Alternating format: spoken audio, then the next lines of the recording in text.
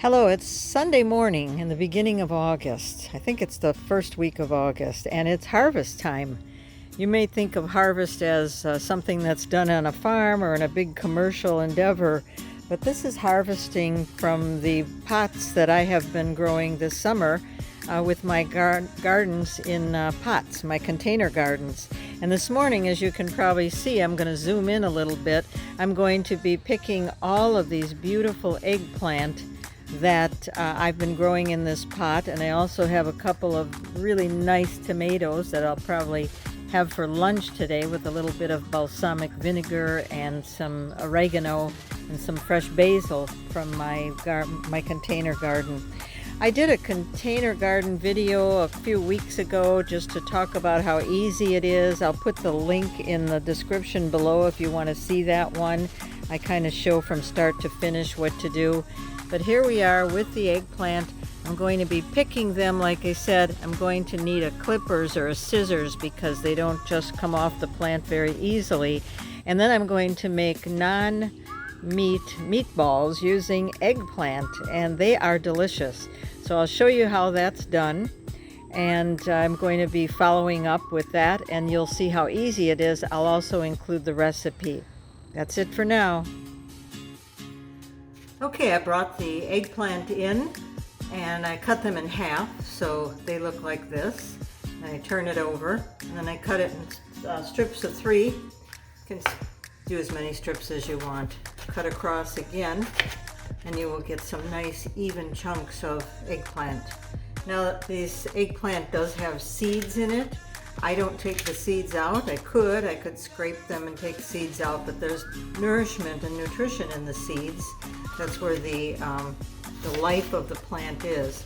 So I'm going to leave the seeds. So when I get these all chopped and ready to go, I'm going to put them on a parchment covered pan, parchment lined baking pan. I'm going to put them in the oven for maybe 15 or 20 minutes, and it will just gently roast the eggplant. Once we have the roasted eggplant, then we're ready to put together the non-meat meatballs. So this is what I'll be doing for the next few minutes, and I'll be back to see you soon. Okay, the eggplant's out of the oven now, and it just roasted up beautifully. I put a tiny little bit of oil. You can do it without any oil at all. It was tiny, like maybe an 1/8 of a teaspoon. And so that just came out of the oven. It roasted up beautifully on the parchment paper. So I'm going to take the roasted eggplant and I'm going to put it in my food processor. This is the basis of our meatballs, and this has the same type of texture as meat. And all right, so that's in the food processor, and then the rest of our ingredients are right here. Calls for pine nuts because they have a very mild flavor. I'm out of pine nuts, so I'm going to use walnuts. I've used them before and they work beautifully. And then some garlic. This is garlic from our garden, just recently harvested. You can see it's purple, has the purple inside, which means there's some good antioxidants in there. So some garlic that's cut up a little, but it doesn't have to be finely chopped because it's going to get chopped in the food processor. Also have some parsley, beautiful fresh parsley right out of my garden that I just picked. And I have taken some of it off the leaves, some of it off the stems. I'm going to put that in. And some breadcrumbs because that will keep it all together, not so that it doesn't stay too wet. And some water. And the water will be adjusted as needed. I'm also going to put a couple cranks of black pepper, fresh ground black pepper, and 1 or 2 cranks of Himalayan sea salt. All right, we're ready to make our eggplant meatballs. Putting the top on here. This way. Yep. This is going to be a little bit noisy, but that's okay. I'm sure you'll enjoy watching this.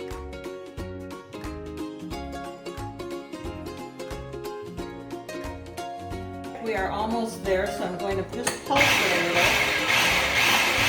And then I'm going to take a look inside to see if everything is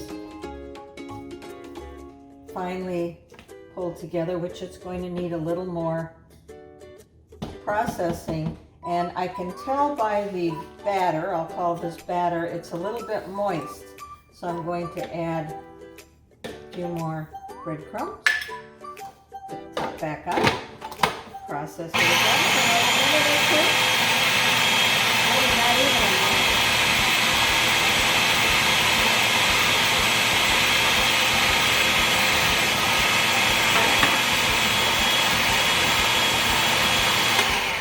All right. Looks like this is all ready to go. So what I'm going to do now is I'm going to use the exact same parchment paper and the exact same pan that I used to roast the eggplant.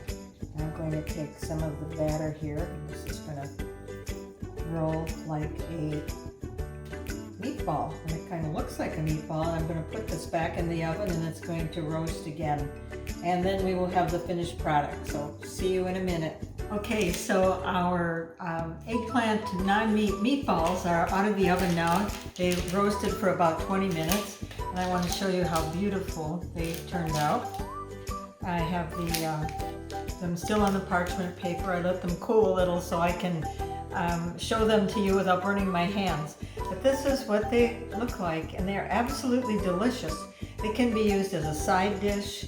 They can be used with pasta sauce. You could put marinara sauce on them and serve them that way. They can be used as a snack. What I will do is I will store these in a glass container, and this week I will probably use them as even a lunch. So I cut one of them in half so that you can see how they roast up, and the consistency and the texture is just wonderful. You might have to adjust the breadcrumbs, and if you are gluten-free, you can use panko breadcrumbs, panko crumbs, which are gluten-free, and they're available now in a lot of the various grocery stores. But these are delicious. I'm so happy to share them with you. I will put the recipe down below. Please enjoy them. Please subscribe. I'd love to have you as a subscriber on this wonderful channel.